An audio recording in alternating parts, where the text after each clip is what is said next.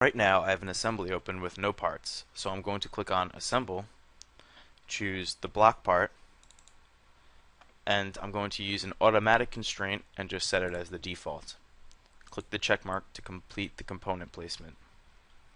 Now I'm going to do another assembly. I'm going to add the crankshaft part. Now rather than using an automatic constraint, I'm going to use the user-defined constraints and choose the pin connection set. Connection sets are very useful for making mechanisms because they restrict the motion of bodies, reducing the total possible degrees of freedom. This defines the kind of motion a component can have within a mechanism. For example, the pin constraint only allows rotational motion along the axis that you select during the definition. So I'm going to choose placement, and you see axis alignment. So first I'm going to click on the component. I'm going to choose this surface. Next I'm going to choose the assembly item, and I'm going to choose this surface. That's going to be the axis that this part is going to rotate about. Now it asks me to select the translation, so I'm going to select this face and have it aligned with this face. Now I'm going to click the check mark to complete this connection set. Now I'm going to use the assemble and create another pin, this time using the conrod part. So I'm going to again click on user defined, click on pin, then click on placement, click on component item, choose this surface, and I'm going to choose this surface on the assembly. Now to set the translation, I'm going to first click on the component item. Now I want to use a point that I can't currently see, so I'm going to click on the tools, I'm going to click on find, and now notice when you click on the find there's this box that opens up in the corner. Now I'm going to look for a point, so I'm going to scroll down this, choose point, and now I'm only going to want to look in the conrod part. Then click find now. I'm going to choose point 2, move it over to this box, and now press close.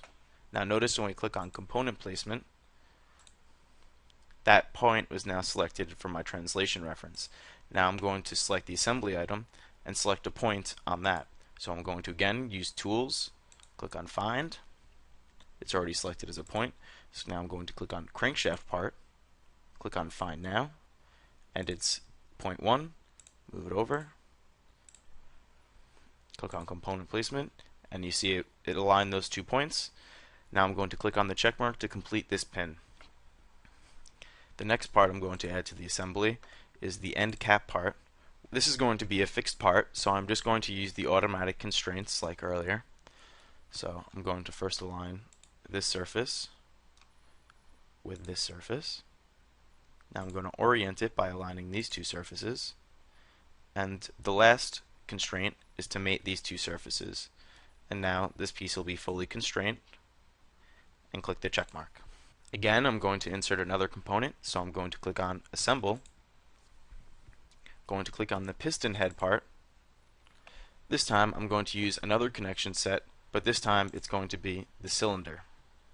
The cylinder connection set allows translational motion along the defined axis.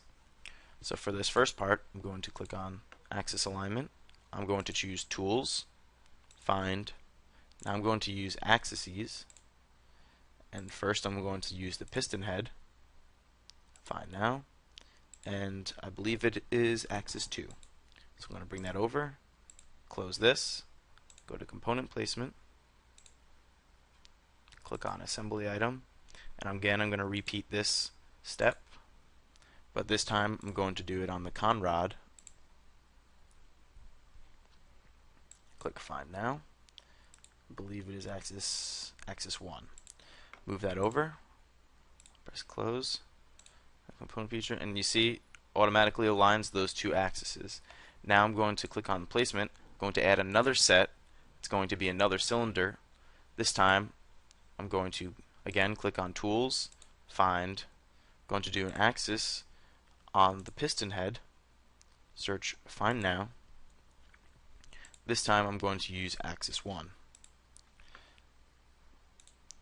Now press close, go back to component placement. We're going to click on the placement, click assembly item. Now again, choose tools, find. This time the axis is going to be on the block part. And again is axis 1, so I'm just going to move that over. Click on component placement, and there you see we now have the cylinder, and it's able to move up and down in this area. And now we're going to click the check mark to finish the connection set. Now there's only one more part I want to add to this assembly, so I'm going to click on the assemble button, choose the base part, and now I'm just going to use the automatic constraints. First I'm going to click on this surface and mate it with this surface, and now I'm going to choose this filleted edge and click it with this edge, and now the piece is fully constrained. Click OK. Now right now we have our mechanism and it's complete, but I want to see if it's actually going to move like the way I wanted it to. So we're going to click on Applications and now choose Mechanism. Now we're going to click on the Reconnect tool and choose Run. Notice there's going to be a confirmation box. It's just telling me that the mechanism assembly was succeeded, so I'm just going to click Yes and move on. Now I'm going to click on the Highlighted Bodies feature. This highlights the features in different colors depending on if it is able to move or if it is stationary. Objects highlighted in green are referred to as ground parts and will not move in the mechanism. Now to do a little test to make sure it's going to move, I'm going to click the Drag Components tool, and I'm going to choose a point on my con rod because I know that's going to be able to move because it's not highlighted green. Just click on it once and I'm going to scroll back, and you can see that my mechanism was